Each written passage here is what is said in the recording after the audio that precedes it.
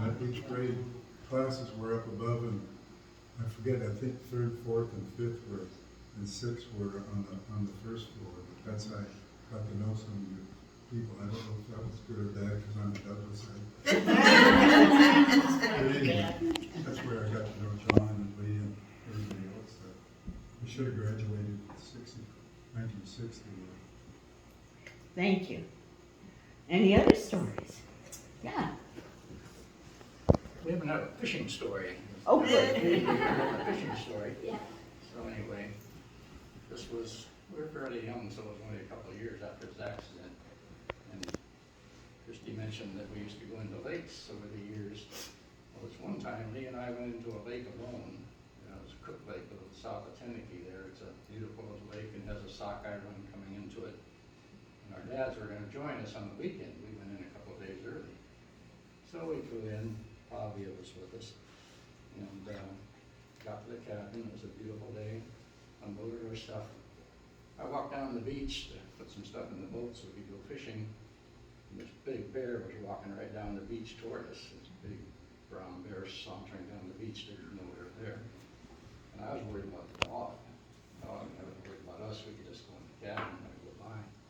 So I managed to corral Fabio, which was no small chore. She was really loose and wild. And so went back out, and the bear was gone and sensed us or something. Anyway, we went fishing that day, and that night a big storm came in. Tremendous amounts of rain and wind, and really quite wild. When it came to the time for our dads to come, they couldn't come. They were weathered out.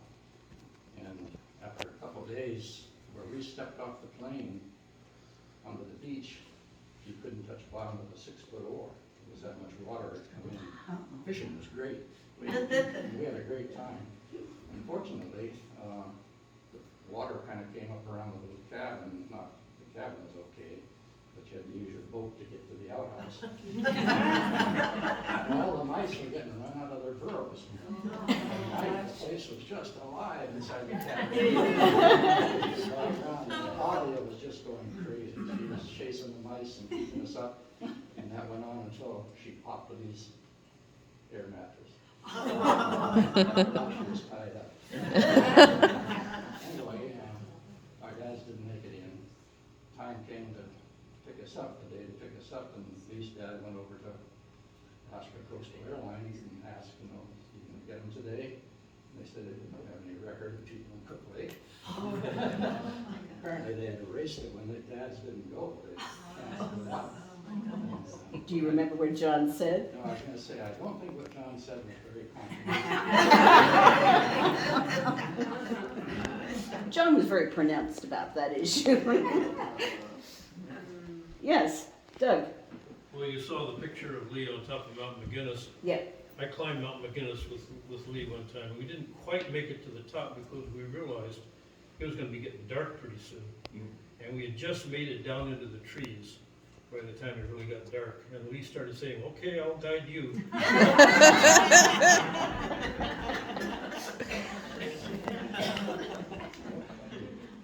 Other stories?